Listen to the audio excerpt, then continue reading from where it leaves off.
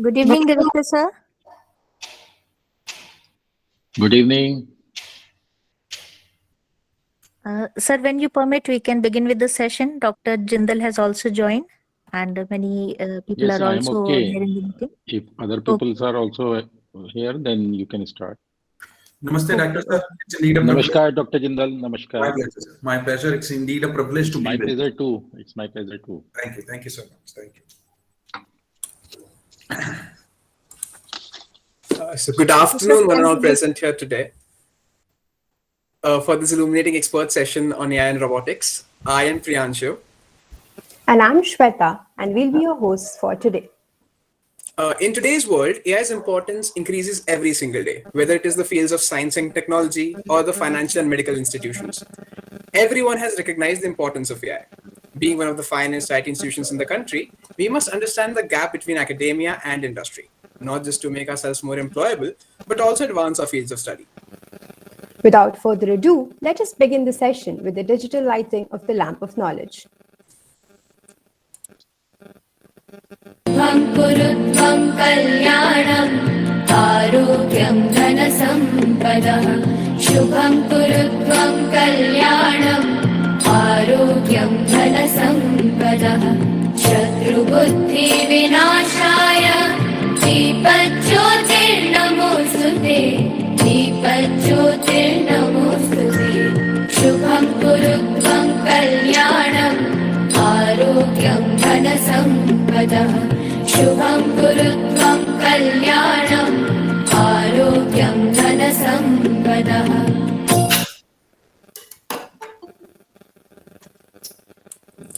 In my opening remark, I said that we are one of the finest IT institutions in the country. In a very short span, IIITL has been listed as one of the top 5 IIITs in the country. Indian Institute of Information Technology Lucknow is an institute of national importance established by an Act of Parliament under the Ministry of Education, Government of India. This would not have been possible without the guidance and conscientious efforts of our founding director, Dr. Arun Mohan Cherry. Dr. Sherry has not only excelled in his duties as the director of our institution, but also has a stellar academic record. He has been awarded the Gold Medal for his excellence in his MSc, MTech CSc at IIT Kharagpur, and the Anand Swarup Bhatnagar Gold Medal for his brilliance in his PhD. He has also received multiple national honors over the years. The Indian Icon Award for Outstanding Accomplishments and Excellence in the field of education in 2010 and the Rabindranath Tagore Samman in 2011 for his contribution in the field of technical education are just to name a few. He was also a part of multiple presidential delegations abroad throughout the years. It would be an understatement to say he truly is an inspiration. So now, I would humbly request our respected Director Sir to share his words of wisdom with us. Thank you. Good afternoon, Dr. Munish Jindal, our Dean Academics, Dr. Dhananjay Day, faculty members, students, and friends. Welcome to the Indian Institute of Information Technology, Lucknow, an institute of national importance. IIITs have a tradition of producing best-in-class human resources in computer science, IT, and connecting multi-dimensional aspects of computer science and information technology, such as manufacturing, design, and management. IIIT Lucknow is an emerging institute that takes this initiative further in leaps and bounds by providing world-class education in engineering, technology, and business. We have a team of best educators and industrialists who teach contemporary topics and bring real-life scenarios in the classroom. With this kind of training, our students enter the real world with full awareness and become adept in problem solving. IIIT Lucknow also balances academia and research. On one hand, it is dedicated to educating young minds with state-of-the-art education, and on the other hand, it focuses on quality research. Friends, 2021 and beyond, the focus of BTech, MTech, and MBA programs is on techno-managerial contents, which integrates theory and applied skills that will prepare students for Industry 4.0, which is the convergence of digital, biological, and physical innovations. Throughout the first two industrial revolutions, the focus was on innovative curricula that played a role in transforming the technical and managerial capacities of workers. Now, the education system needs to step up again to support the fourth industrial revolution. This means preparing students with techno-managerial skills. Most premier BTech, MTech, and MBA programs are now introducing modules that includes artificial intelligence, machine learning, robotics, genomics, and so on and so forth. It's through coursework, case studies, seminar, and conferences. Today's webinar is related with artificial intelligence and robotics. And I think Dr. Munish Jindal is the best resource person for the topic related with the application of artificial and robotics in Industry 4.0. My best wishes to our faculty coordinator and students who organize this program at the appropriate time. Again, best wishes from my side. All the best. Thank you. Thank you, sir, for enlightening words and blessings. So today, we have with us our esteemed speaker, Dr. Munish Jindal. Dr. Munish is a serial entrepreneur. He is the founder and CEO of Hover Robotics and the founding president of MentorX. He is also a business consultant, philanthropist, TEDx speaker, and an angel investor. His academic record is just as stellar, including a charter from Australia, an MBA from Sydney, and a PhD in robotics and AI from the States. He has also been awarded the Karamveer Chakra by the UN and the Nobel Asian of the Year in 2018. I do not think there could have been a better speaker with us today for this session. So without any further delay, I would like to pass on the stage to Dr. Munish Jindal. Sir, the stage is all yours. Wow. Thank you, Priyanshu. Thank you, Shweta, for such kind words towards me. The way you guys have taken over the podium, it's more giving me feel like an IFA award. I'm in some IFA award ceremony. The guys, both of you are wonderful master of ceremonies. Kudos to you.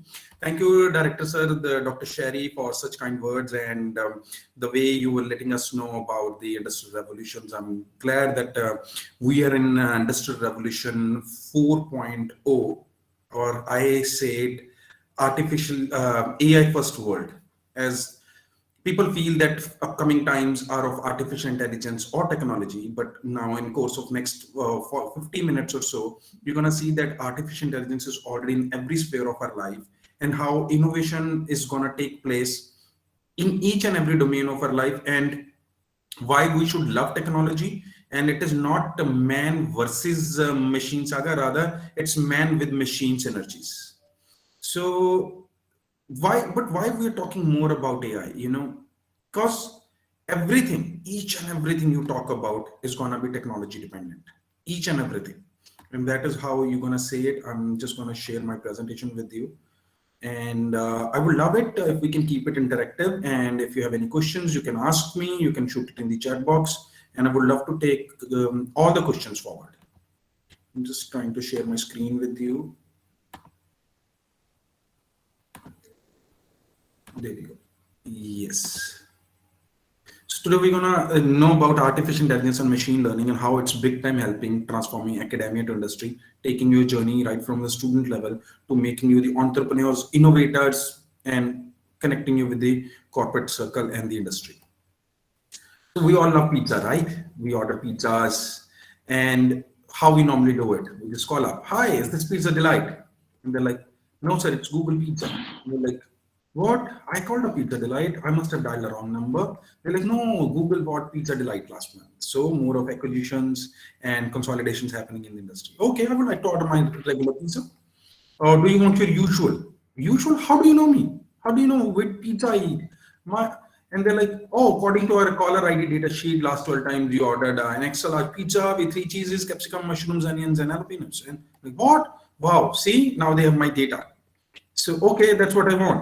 But now they're like, "Oh, maybe we suggest you this time you order a pizza with broccoli on a whole wheat, gluten-free, thin crust." Why? Why? No, I don't want that.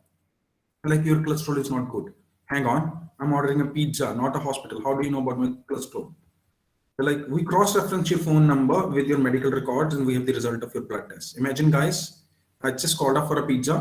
They knew what I wanted to order. Now they even have my access to my home phone number. They have the history and they have access to my blood tests from the 7 years. Okay, but whatever. I don't want your rotten vegetable pizza. I am already taking medication for my cholesterol. They're like, "Excuse me, sir, but you have not taken your medication regularly. According to our database, you purchased only 4 boxes of 30 cholesterol tablets at chemist store 4 months ago." Whatever, I bought it from another drug store. How are you bothered? And they're like, "No, it doesn't show on your credit card statement." Now imagine, they even have access to my credit card statement as well. I paid in cash. And they're like, "But that doesn't show on your bank statement." Whatever, if it's not showing on my, I have another sources of cash. Now they're like, "You didn't withdraw enough cash according to all other relevant sources, or unless and until you have any undeclared income source, which is against the law." Now see, suddenly I went to order a pizza.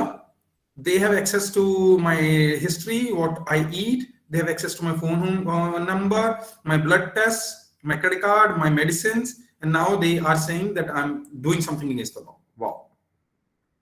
Oh, they're like, "We are just helping you." Wow. I am totally tired of it, sick of Google, Facebook, Twitter, WhatsApp. I am just going to an island without internet, cable TV, no WhatsApp, nothing, no phone service, and there is no one to spy on me. Oh, I'm tired of it. And they're like, "We understand, sir, but you need to renew your passport. It expired 6 weeks ago." Oh, look at it, where technology is taking us. They have access to all the each and everything we say. So this is how technology is going to be deep rooted in each and every sphere of our life. I'm going to show you something very exciting.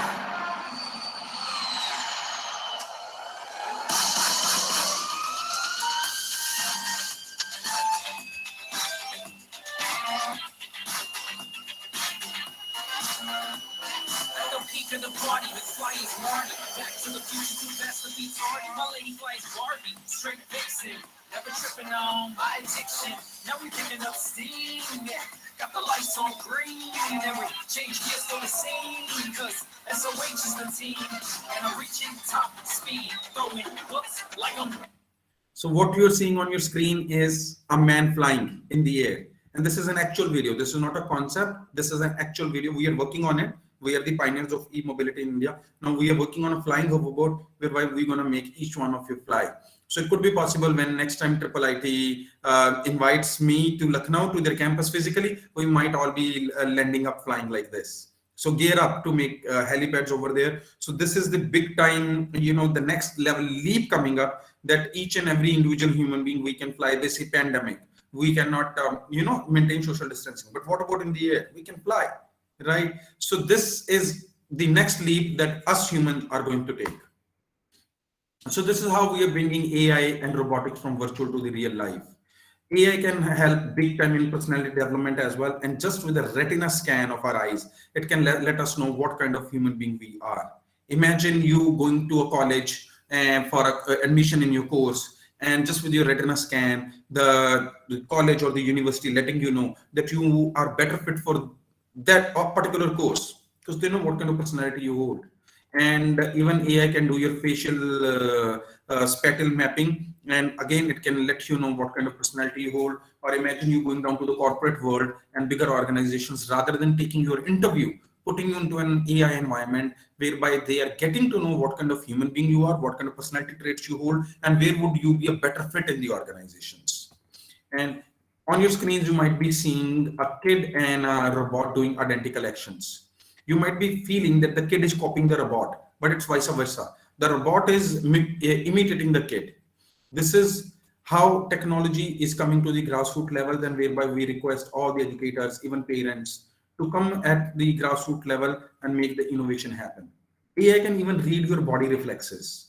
Imagine a camera in your room, and the way you lay on bed, the way you take sides on bed, the way you get up, the way you walk, whatever activities you do in the room, and the camera is taking note of all the activities and letting you know which areas in your body are stronger, which areas in your body are weaker, what future ailments you can face, what kind of future diseases you can have, just with your body reflexes. And it can improve, it can help you improve your overall well-being and your health. Here you can see that again, this robot is mimicking the actions of the human being identically. And AI is also bringing new careers, new personality traits that can be judged through a selfie. Girls especially, they love to click selfies, you know, right here, right there. And now there's a good news, you have another career just through selfies also, you can know a big deal about a human being. So this way, AI is changing the world big time, big time. There is a paradigm shift in the marketing as well, how influencers are dominating the market, and Instagram, YouTube, and this is, you know, letting us enter into a brave new world of AI. This is IBM Watson. I came across it last year in February. It can even visualize your personality data, and it has answers to each and everything related to you. So this, we are gearing towards a world that is made of mind, matter, and computing intelligence, and which definitely where data sciences plays an important role, as this is a reigning technology. I already showed you the power of data. How in the beginning, you remember when I showed you the pizza thing, how they're collecting the data and how they're using that data. So it is all about data, big data, and the data science goes hand in hand with artificial technology. So whenever we talk about, you know, artificial intelligence, it really intrigues us. It's really fascinating. We certain times people feel that AI is the domain of, you know, maybe Hollywood movies, science fiction movies, and that is what even intrigued me. Like since my childhood, I was very, you know, keen towards science fiction Hollywood movies, and I used to rush to theaters. I'm a commerce graduate, but I make robots. That is what my passion is. That got me into AI. So what exactly is AI? Is it intelligence? Is it technology? Or is it study? If you ask me, put together, it is a form of an intelligent, a type of a technology, and a field of a study. So when we talk this quickly, you're going to see the perspective of world leaders, that what they feel about artificial intelligence. They are excited about it. Are you excited about artificial intelligence? On your screen, you're seeing Bill Gates, the founder of, you know, Microsoft. We all know him, and he firmly believes that each and every organization, whether it's Google, whether it's Amazon, IBM, or Microsoft itself, they are using AI big time to solve the problems. And there are so many other industry leaders like Tim Cook from Apple. He also believes the same, and other leaders. So what exactly is you know, artificial intelligence? It is like we humans are naturally intelligent, but when we solve an intelligence, when we create something artificially, that is artificial intelligence. All right, that's fine. We're solving the intelligence, but now what to do by solving the intelligence? Use it to solve everything else. Yes, any problem, anything we solve, we can use artificial intelligence big time, and it's always at our discretion. How? I can show you. On your screen, you're seeing a video of you know, BMW manufacturing unit. So earlier, how cars were made? Cars, they used to go to assembly lines. Human beings, they used to assemble the entire car, right from the paint to assembling the engine, transmission line, steering rack, windshield, wiper blades, seats. You talk about everything they used to do. But now the times have changed. Here you can see that how BMW engineers, they're clicking pictures of various cars from all the different angles. It is again like collecting the data, but they're clicking the pictures, millions of pictures from all the angles, and then they are feeding it to the system so that these AI intelligent robots, they can recognize which car is it is, which model it is, which series it is. And then without any human intervention, the entire car is being assembled. Here you can see a BMW engineer is putting up the car model number and the series number on the body shell. Then, you know, these shells, they are sent to automated assembly lines, whereby KUKA robots from Japan. Now see, those are smart machines, KUKA robots. Now they are producing smarter machines. So it is again like using the intelligence to solve the intelligence. So BMW has a standard of 7 layers of paint, which is not visible to naked eye. But these AI systems, they're even capable of looking into those 7 layers of paint. And if there is any deviation, they can even communicate with their cybernetic systems, and they can let each other know that there is a deviation, they need to correct it.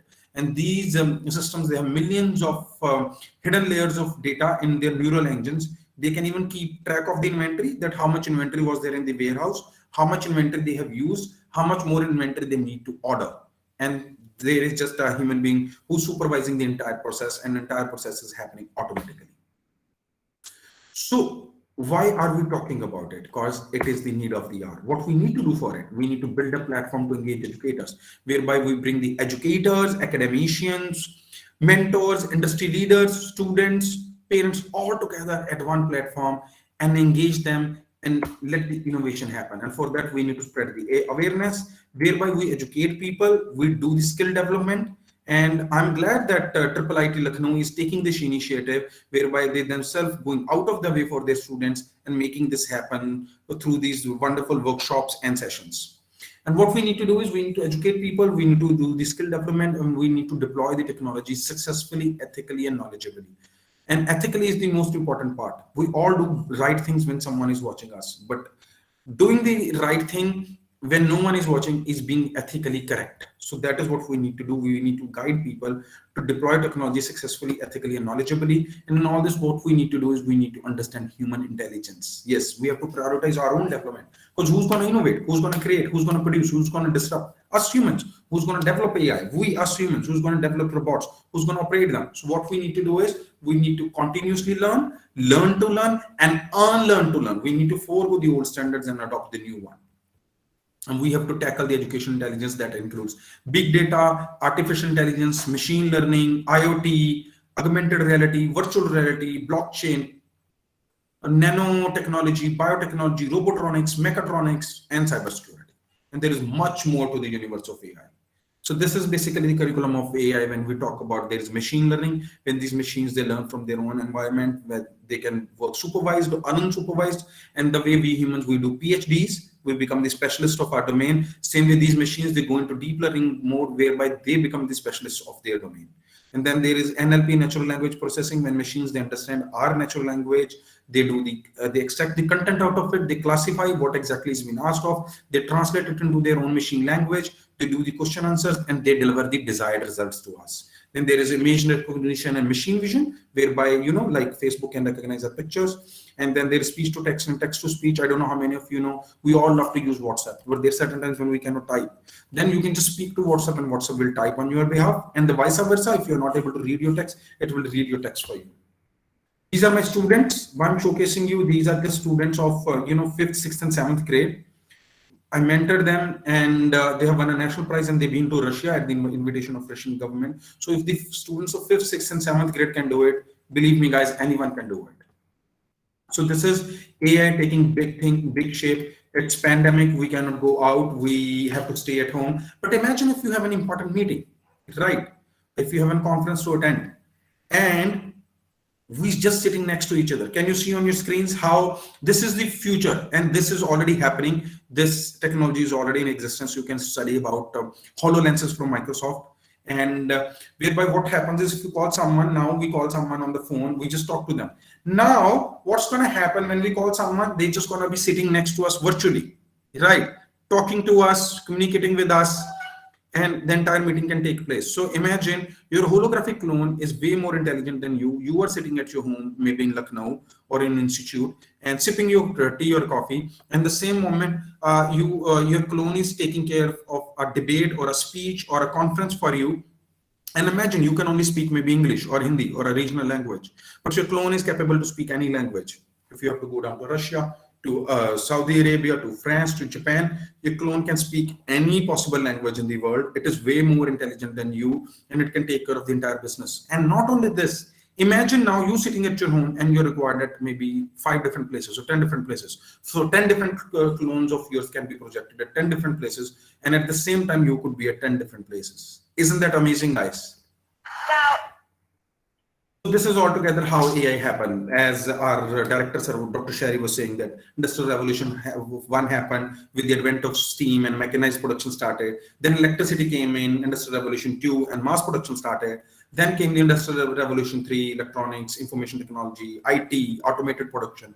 And now where we are in Industry Revolution 4.0, whereby it's all about artificial intelligence and robotics. So these robots, they have their own brain in the form of neural networks, whereby they have millions of hidden layers of data, millions and millions of, imagine we humans are capable of recognizing things like, okay, if I show you number 7, maybe written in different fonts, you will recognize, because that's our human intelligence, that's our natural intelligence. How about showing the same to a laptop? How would it recognize? Or how about showing it to a robot? They have millions of layers of neural networks, hidden data, that they are capable of recognizing this, and they are capable of doing work way more faster. I call it computational intelligence. That they are able to work way faster than us, and they are even able to substitute us in certain areas. And machine learning, I told you, when they learn from their environment, when they become the specialist of their own domain. But why would we do all this? To solve a problem. Yes. Whenever we face a problem, what's our first reaction? Why doesn't someone do something to solve this problem? But guys, believe me, any problem that you face and you try to find a solution, you have the next big idea in your hand. What about Paytm? Paytm is the only Datacon. Datacon is 10 times bigger than a unicorn. So they just solved a simple problem of transferring funds from one's pocket to another's pocket through their Paytm wallet. So same way, if you face a problem and you want to have you want to be the next big thing in the world, try to solve that problem, and that's the biggest idea you have in your hand. And cybernetics is the communication network, the way we humans, we interact with each other, we talk to each other. Same way, these robots, AI and intelligent systems, they can communicate with each other through their cybernetic systems. So AI is in each and every domain, but I'm going to quickly showcase you the most frequent use cases of artificial intelligence. Image analysis. Imagine right now, if I click your pictures, whosoever's cameras are on, and if I upload it on Facebook, what would happen? You will receive a notification, oh, Dr. Jindal has uploaded your picture. Now, how do they know about that I have uploaded your picture? So if you have ever uploaded your picture anywhere on your internet, you know, Facebook has converted it into an AI algorithm. So whenever a picture is uploaded on Facebook, billions of AI algorithms run behind that, and that's quick enough, in nanoseconds. And as soon as that AI algorithm matches with your picture's AI algorithm, they send you a notification. Boom. Oh, you have, Dr. Jindal has uploaded your picture. Then there is a virtual assistant. Right now I'm sitting here taking this session. Same moment you can go to my website, www.hooverrobotics.com, and you can talk to me over there. Now, how's that possible? I'm sitting here taking this session. At the same time, how can, I'll be talking to you on my website. We have a virtual assistant called TDO. TDO takes care of my communication on my behalf, and it makes me available at multiple places. And then comes the predictive analysis. This is really wonderful. We all, browse websites. Has anyone noticed we receive a notification? This website use a cookie. Can we accept it for better experience? Believe me, guys, whether you accept it or not, the experience remains the same. You know what cookie is like? Bribing you. Like, say I'm giving you a cookie, a packet of biscuit, and to a baby to get some work done. Same way, this cookie is like, it's a tracker. It tracks your eyeballs, what you're looking at, tracks what you're browsing, tracks even your keystrokes.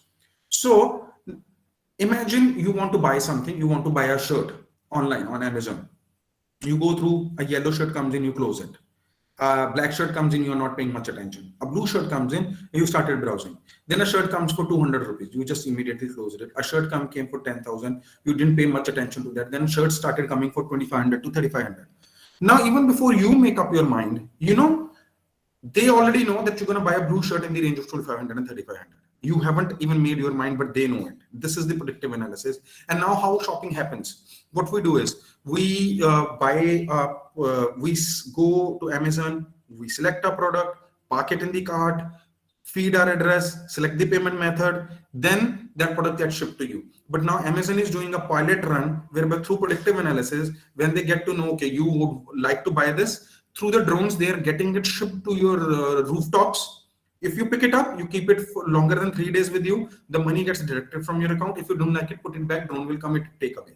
So just through the predictive analysis, now in the future, it's not like you're gonna browse, you're gonna park it in the cart or something like. It's gonna be all on the predictive analysis on the basis of that.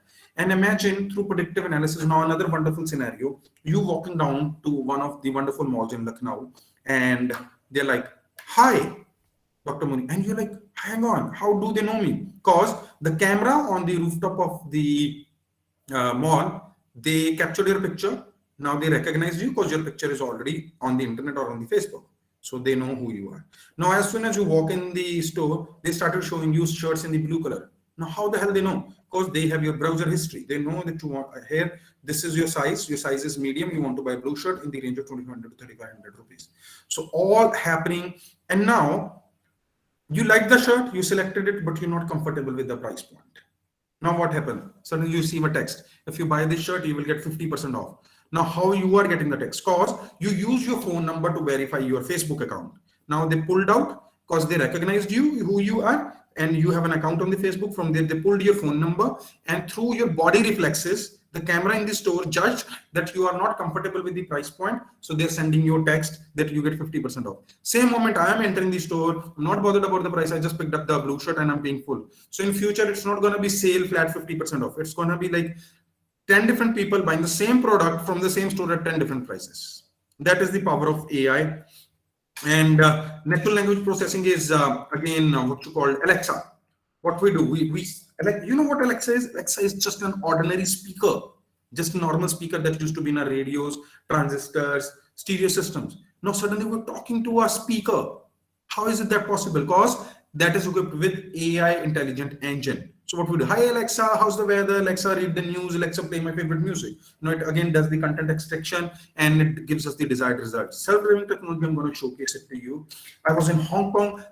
In 2016, I got a chance to sit one of these cars. I was standing on the roadside. The car came in, the rear door popped open. I sat in the car. The car picked up my destination location from my Bluetooth, from my phone, and it dropped me to my destination. As you can see in this car, everyone is sitting in the rear seat. There is no one on the driver's seat and car is running by itself. This car knows the speed limit. This knows the pedestrian crossings, zebra crossings. This knows the next headlight camera. It knows the other cars nearby. It knows the pedestrians. So it is the most safest way to drive. And soon you're going to see it in India. I have already experienced it and I loved it. So AI is big time in medicine that I'm going to showcase you how. So this is all together the entire universe of we say AI or Industrial Revolution 4, Internet of Things, cloud computing, cloud servers, robotics, artificial intelligence, robotronics, mechatronics, augmented reality, virtual reality, biotechnology, nanotechnology, crypto, blockchain, cybersecurity. You talk about all this all together is Industry 4.0. This is MindSphere. It is being developed by Siemens for the manufacturing units, be it aerospace, railways, shipyards, fasteners, TV, mobile phones. You talk about any given industry, MindSphere could be deployed there to keep a watch on the entire manufacturing process, to give you the desired quality and quantity. And the best part is this is backward compatible. What does backward compatible means?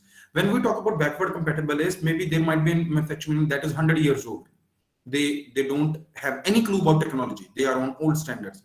So MindSphere could also be deployed in the manufacturing unit that might be even 100 years old. They have even made few tiny sensors that can be plugged into even the existing manufacturing line, and then the entire manufacturing process, entire assembly line would be taken care by the MindSphere. Why it is MindSphere? It acts like human brain. Imagine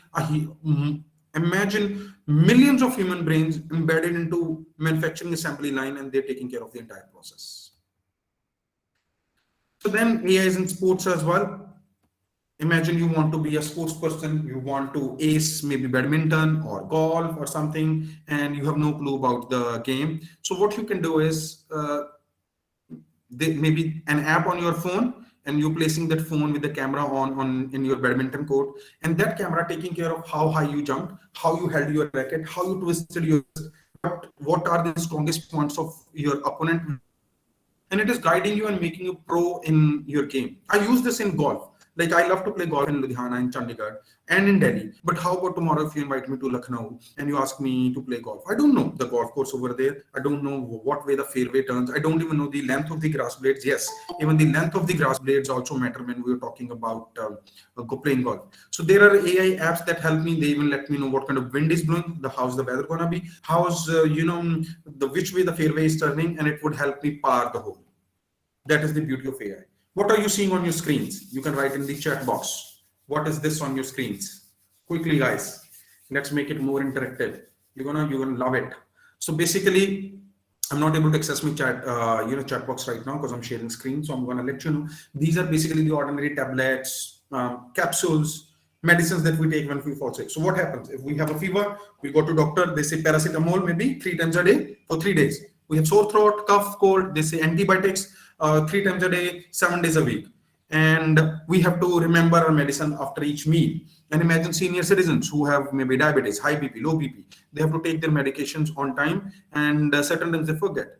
So what happens? This is a robotic pill that goes in your body, stays there, delivers you timely doses. You don't have to remember your medicine. And imagine this can stay there for a day, for a week, for a month, or for a year. Imagine senior citizens popping this one robotic pill in. It is delivering them timely doses. They will never ever have to remember their medicines.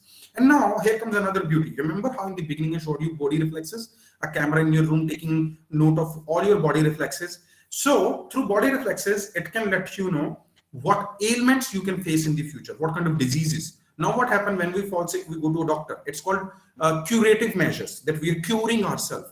But in future, we're going to have preventive measures. Through our body reflexes, systems will let us know that this might be the future ailment we might face. This might be the future disease that might occur in our body. And then this robotic pill will go in our body, deliver us the timely doses. We will never fall sick. Our mortality rates will increase. We will have a better health and well-being. And this is again not a concept. This pill also exists. Wow, this is e-mobility. This is my favorite, guys. This is what I do. I am the CEO of Hover Robotics, the pioneer of e-mobility in India. We are the ones who brought hoverboards, mobility robots, Autobots, mini robots to India, and we are the only manufacturer of that in the Indian continent. So what exactly it does? This, it takes you from one place to another. Imagine you're at IIIT. It's a huge campus. You want to roam around inside, have few hoverboards, and you stand on it. You think, it moves with your thinking. Think to move. Yes. When you stand on it and you think to go forward, left, right, backwards, a body reflex happens in your body and it moves with your body reflex. It is rechargeable with electricity. So no petrol, diesel required, no pollution, zero. It's carbon neutral, rather it's helping in reducing the carbon footprints. And you can go from any place, anywhere. It's very portable and you're going to love it. Imagine a robot, your sidekick with you, that moves with your thinking. And if you really want to experience it, you're most welcome to Hover Robotics Experience Center and you can experience it firsthand. Then comes the warehouse robots. These are the apt, example of human beings working hand in hand with the robots. This is Kiva. There are 20,000 Kivas deployed in Amazon warehouse in US. And here you will see how human beings are working hand in hand with the robots, and they are happy. They're actually happy. You know why? Earlier, these human beings, they had themselves had to lift heavy weights. They had to remember the inventory. They themselves have to pick stuff. And then these Kivas came in and you see how happy these human beings are, because now they're comfortably sitting in their chairs. They're just pressing the buttons on their touch screen. And these Kivas, they are bringing the entire aisle to them. They are capable, each Kiva is capable of lifting 320 kgs, and it can remember up to 10 million items. And it knows how much inventory was there, how much inventory picked up, and how much more inventory it needs to order. Each Kiva is uniquely serial number. They are equipped with machine vision and image recognition. They can recognize you. They know you are nearby. They know other Kivas. They never bang into each other. Very smoothly, they run the entire warehouse. So this is the right use case, that how it's man with machine synergies. Now, when people talk about that machines will reduce the jobs, no, it is not. You know why? Who are going to make these Kivas? Us. Who is going to innovate this technology? Us. Who is going to operate it? Us. So rather than reducing the jobs or creating unemployment, they are creating more opportunities. Right now, as of now, when I'm speaking, delivering this session, there are 52 million opportunities waiting just in the domain of artificial intelligence. Imagine, guys, 52 million opportunities just in the domain of AI. So AI is big time in farming as well. Now I've been talking all about everything. Now why suddenly farming? Because we human beings, we eat food. We are 8 billion people on the earth. Soon we're going to be 10 billion people. The population is going to increase by 25%. And do you know how much more food we need? We need 60% more food. Yes, food is already a scarce resource, and we need more 60% more food. And you imagine the size of Earth's gonna be remaining the same. We cannot increase Earth, and rather the cultivated land is reducing in size. So what we need to do? We need to bring in AI in the farming so that this AI can help us grow more food on lesser land. So what it can do, even before we grow a crop, it can let us know through soil sensors what kind of nutrients already there in the soil, how much moisture is in the soil. Weather sensors can let us know what kind of weather it's going to be, how much rain it's going to happen. So, and 3D technologies can do the spatial mapping of the entire field, and before even sowing the crop, it can let us know what kind of crop we shall sow, how much water do we need. We don't need any pesticides or fertilizers because there is already enough nutrients in the soil. And then there are laser weed killers and all that without any chemicals, they can kill the weeds, and we can have the organic food, much better food, much more food, all because of AI. And then this is autonomous tractor. What you're seeing on your screen, it is an autonomous tractor. As you can see, there is no human being on the tractor. It is just operating by itself. It can level plow the entire field without any human intervention. And you know the beauty about this autonomous tractor is, imagine you sitting at your home, the way you play video games through the joystick, like you are just playing a video game and this tractor is maneuvering across entire field, and you could be sitting in Lucknow and your field could be in Coimbatore, or could be in Hyderabad, or could be in Bangalore, right? Sitting from Lucknow, you can plow the entire field while sitting in Lucknow, and your field could be in Bangalore. Imagine that is how, and you won't believe there are college kids who are in China. You know, they have taken part-time work after when their college in evening they do mining, gold mining, coal mining, sitting at their homes. They are operating heavy machinery like cranes, bigger cranes, the dumpers, all through from their home, like playing a video game, and they're doing mining and they're getting paid for that. In same way, irrigation of tea estates through drones, right? These drones, they are capable of taking the pictures, doing this spatial mapping, as well as irrigating the entire field, and especially they're being used in tea estates because tea estates are happen on a slope of a mountain, very tough to access. So again, as you can see, this human being is operating them through his laptop, and they are taking care of the entire irrigation process for him. And these are another agricultural robots that can be taken, like strawberry harvester or laser weed killer. Now what happens when there are weeds or an infection to plant, the farmers, they sprinkle pesticides, and that makes food harmful because that chemical goes inside us. Now there are laser weed pullers and killers. What happens? These are equipped with image recognition and machine vision. They go in the field, they recognize that, oh, this is a weed or this is an infected plant. They kill it with the laser. No need of any chemicals. So this is a tomato harvester. Now you're going to see very interesting thing on your screen. I really want you to watch out what happens on your screen. This is a very interesting video. This is basically a tomato harvester, and it is equipped with machine vision, so you can see carefully what exactly it is doing. It is harvesting the tomatoes, but how? There are 5 colors of tomatoes over there: green, yellow, orange, red. But what exactly it is doing? It is only harvesting the red ripened tomatoes. The rest of them, it is letting them grow. And the 5th type is ungrown buds. As you can see, there are few of the buds that doesn't have tomatoes as yet. So it is letting them grow. So what it is doing? It is giving us the best food, the most ripened tomatoes, and it is giving us more food because it is letting the unripened buds to grow. Had it been a human being who would have been, he would have just chopped off the entire bunch, brought it, whether it's green, yellow, orange, or ungrown tomato. This is us. We are taking care of artificial intelligence in agriculture. I'm taking one of the sessions in Punjab Agriculture University, the largest agriculture university in the world. There we have developed this AI intelligent tractor. It can go in any kind of terrain, any kind of muddy waters. It is equipped with machine vision. It can recognize the crop. It can recognize the weed. It can provide soil nutrients. It can even kill those weeds. So this is another interesting video. It's a RoboDog.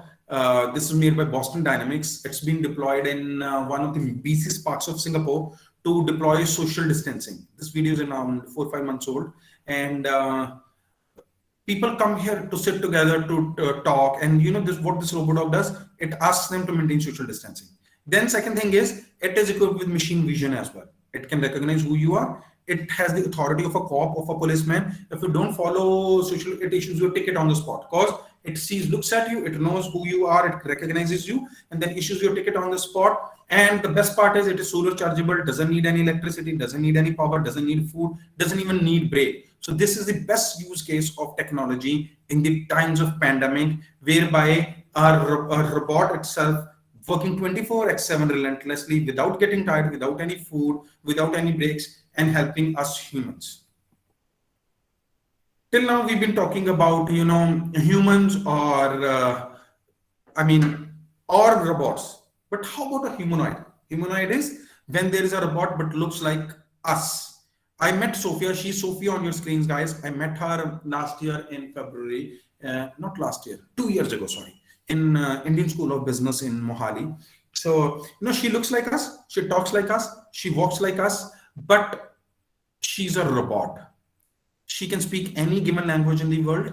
She has answers to any given question in the world. She even participated as a model in one of the fashion shows. She's officially the citizen of Saudi Arabia, and she can even throw sarcasm. She even depicts emotions. Copy. She imitates. She cannot showcase emotion. She imitates. So the time is not far away when we would be walking along with fellow humans, and we don't even know whether they're humans or humanoids. So this way, technology is taking a very, very beautiful shape. And what the thing we need to remember is that technology is here to help us. Technology is here to make our lives better.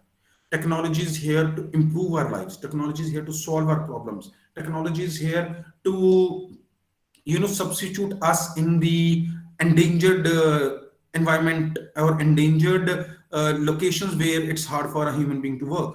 And technology is here to fast pace our work. So it is never that it's humans against technology, rather humans working hand in hand with technology. And AI, robotics, technology, all this, they're creating more of opportunities for us. They're making our life easier, and they're making this world a better place to live in. So on that note, I would say thank you to you. If you have any questions, please feel free to ask me. I'm open for all the questions. You can unmute yourself or you can throw in the chat box. And if you think I could be of any help to you, here is my personal information. You can email me, you can WhatsApp me, that is my personal number, or you can just Google Dr. Munish Jindal. You will get to know about me. If you have any startup idea, if you want to work on any problem solving, or if you want to innovate, anything, wherever I can help you, I'm available 24/7. Thank you so much, guys.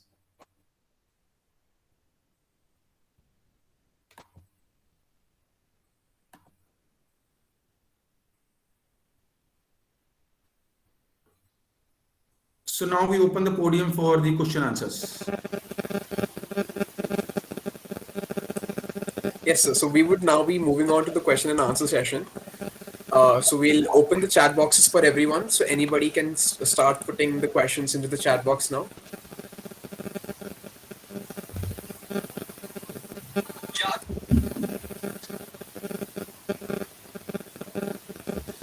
So one of the first questions was that AI will reduce. Lot of disturbance from your side.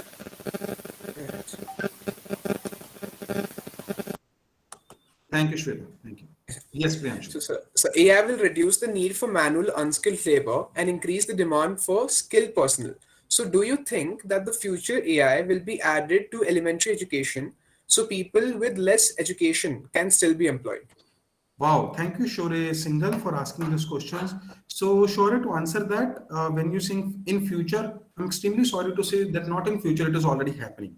It is already happening. If you remember, I showcased you one of the pictures whereby I mentioned that I'm mentoring students of 5th, 6th grade. So I'm already a mentor of change in India appointed by Niti Aayog, Government of India, whereby we are taking care of Atal Innovation Mission, deploying Atal Tinkering Labs in all the schools across India, and as well as Atal Incubation Centers in the universities, whereby we are bringing innovation, education, transformation, technology at the grassroots levels. One. Second, I'm already part of Business Blasters program of Delhi government, whereby they have undertaken 3 lakh students from government schools. They have formed 51,000 teams. 60 crores of funding has been done to them, and they are asked to do the innovation. Imagine these students I'm talking at the school level. So this is a big time happening. And when you're talking about people with less education, yes, Anyone from any domain can work. Imagine me, Dr. Munish Jindal, sitting in front of you, commerce graduate, BCom, MBA Finance, CA, making robots. And I don't even belong to Google generation. I'm a very old school. In my times, the biggest luxury used to be a landline phone. We had to wait four years for a landline phone. And imagine today, you cannot even wait for 4 minutes for that SIM activation message, right? So I belong to the, so I can do it, anyone can do it, sure. It's gonna happen big time, and people's gonna break those old shackles, old barriers, and much more innovation is gonna happen. We are working on a theme whereby we say that India global problem solving machine by 2030, where what we're doing is that by 2030, any given problem in the world, India would have a solution to that. Thank you, Shore. So then Chandranath Adak is asking, for making AI based robots, is it necessary to understand the algorithms of AI? Again, Chandranath, I would say, and I would cite my own example. I don't know anything about AI algorithms, but I make robots. If you can see my video, here is one in my hand. I don't know how many of you know this. I'm the pioneer of this. I'm the only one who's manufacturing in India, and there are only 5 people in the world who can make it, and I'm among those 5. Imagine, out of 8 billion people, only 5 can make it, and I'm among one of them. And I don't know anything about AI algorithms. So you can very well do it, Chandranath, and anyone can do it. Then Naresh Tripathi is asking, sir, how can AI help farmers in farming? Because there are many farmers living below poverty level. How AI assisted tech can be helpful? Wow, Naresh, this is good, not only for farmers, but for mankind as well, I would say, for humanity as well, because we need more food. So what happens is when we bring technology, so imagine what farmers do. Each year they are putting fertilizers in the soil.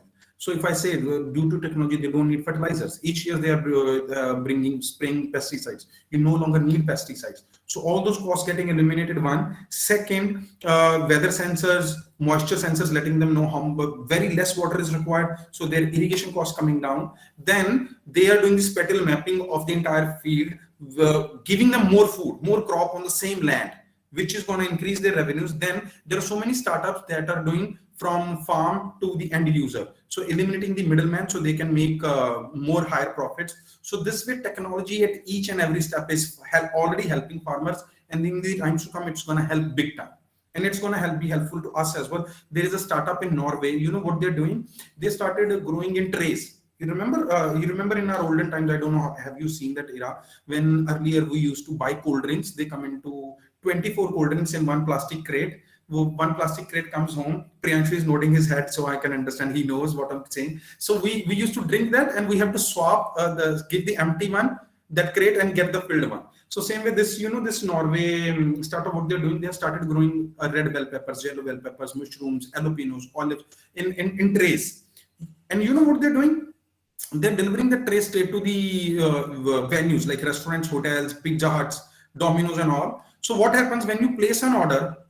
They freshly pluck a capsicum or a red bell pepper or mushroom right in front of you. They chop it from that farm and cut it, make a fresh pizza for you. And once it is done, the old tray goes to the startup, the new tray comes in.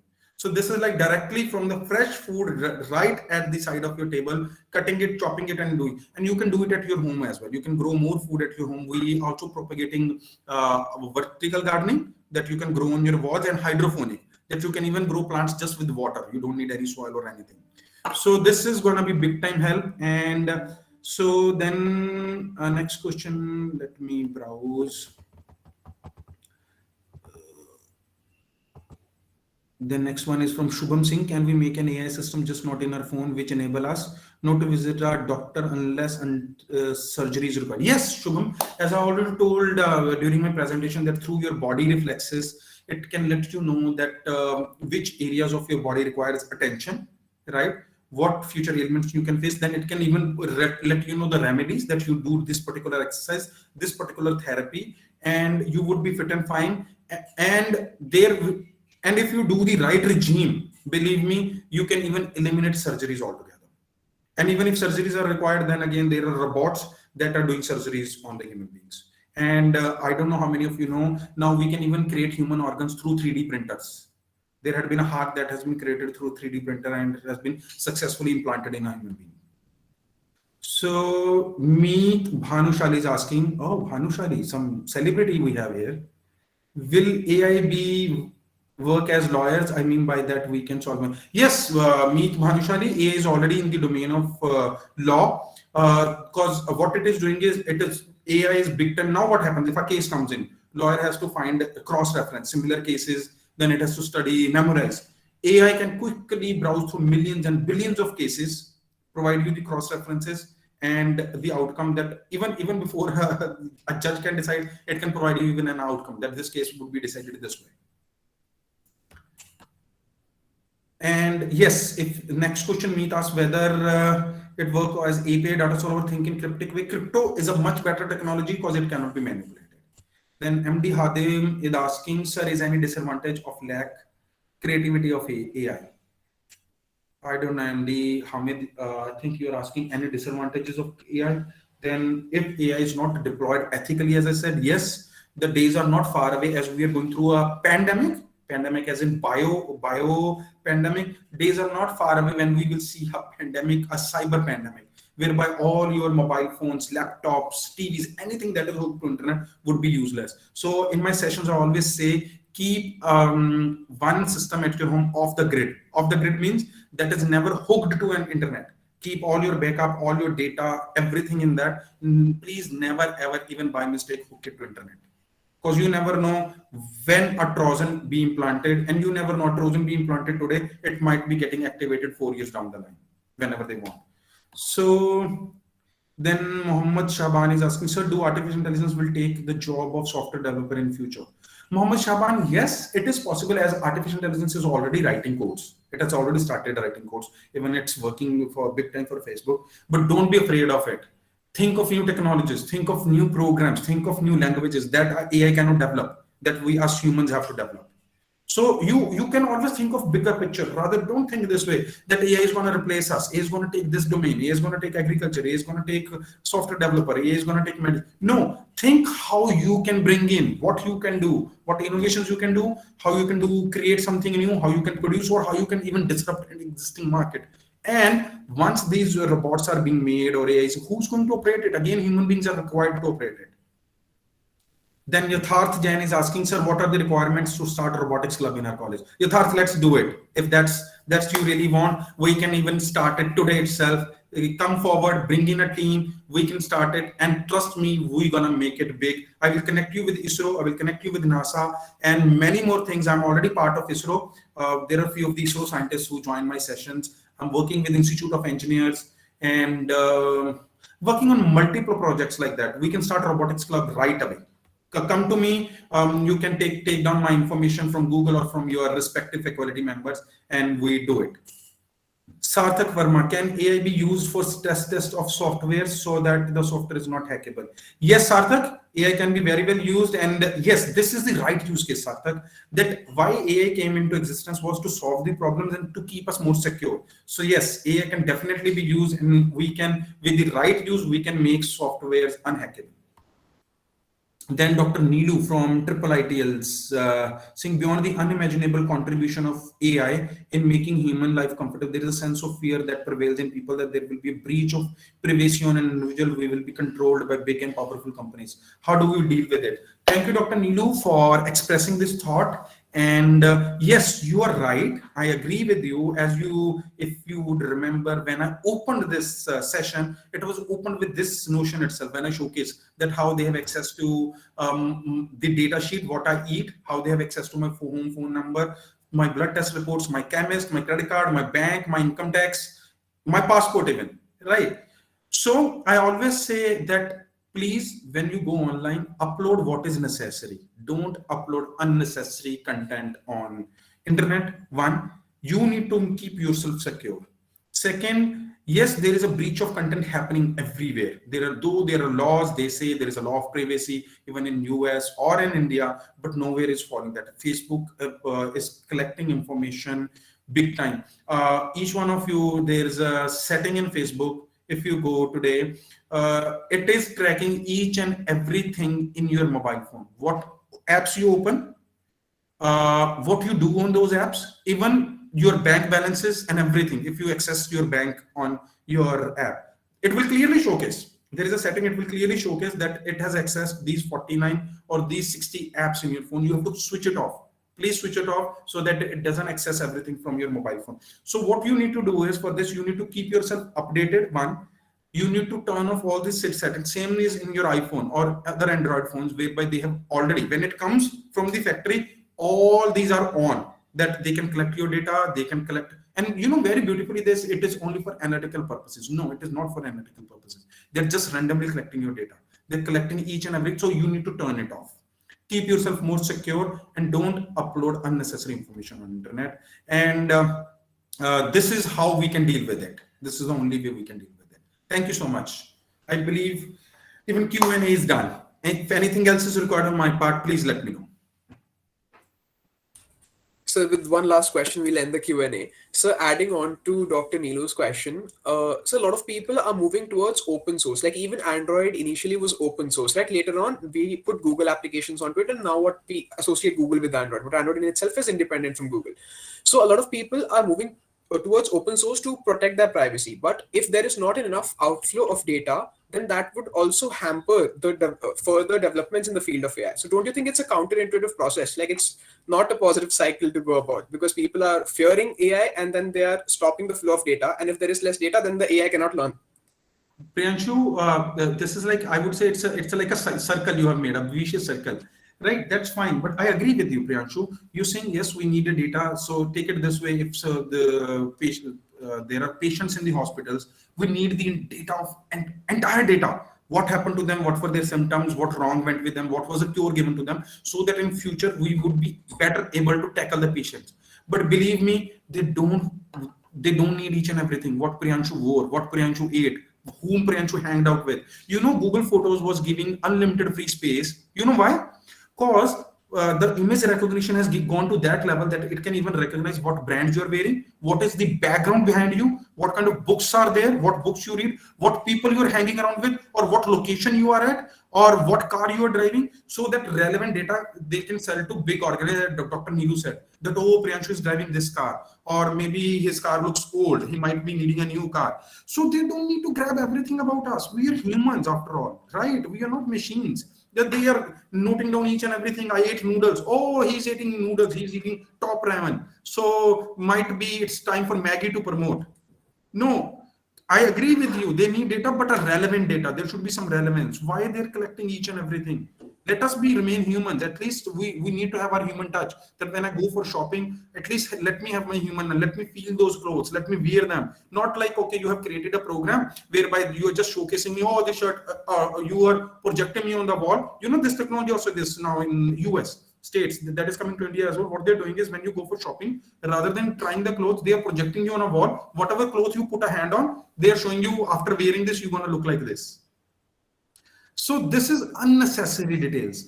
One is collecting data for problem solving or innovation is good, but unnecessary collecting data. No, that's not good. That's not even ethical. Right, sir. So we would need laws for that to be enforced. Otherwise, people would be scared, and one sect would be scared, and one sect would be very. But there is no need of getting scared from the technology. As long as you know how to secure yourself, technology is always here for a betterment. So, sir, with that, we'd end the Q&A session. And we would like to thank you, sir, for taking out time from your busy schedule and coming here with us today, sharing your insights in AI. And it was very wonderful to have you here, sir. And thank you, Director, sir. Thank you, all the faculties who are present here, all the students. Dr. Deepshika Agarwal, ma'am, for a kind support and cooperation. And now we'll finish with the national anthem, sir. Wonderful. जनगण मन अधिनायक जय हे भारत भाग्य विधाता पंजाब सिंध गुजरात मराठा द्राविड उत्कल बंगा विंध्य हिमाचल यमुना गंगा उज्जल जलधि तरंगा तव शुभ नामे जागे तव शुभ आशीष मांगे गाहे तव जय गाथा जन गण मंगल दायक जय हे भारत भाग्य विधाता जय हे जय हे जय हे जय Jaya Jaya Jaya He. Jai Hind. And now with that, we end today's session. So thank you so much. Thank you so much. Thank you, guys. Namaste to each one. Thank you, Munish sir. Thank Thank you, you, sir. everyone. Thanks a lot. Thank you so much, sir. Thank you, Thank you so Director. much. Thank you, sir. Thank you, Thank dear you, faculty Director. and my Thank you, students. Dr. Neelu. Thank Thank you. you, Dr. Bindu, for such kind welcome. And thank you, Dr. Deepshika, for being so thoughtful and making part of it. And anytime in future you need me, I'm always there at the discretion of IIIT. Certainly, Thank you, sir.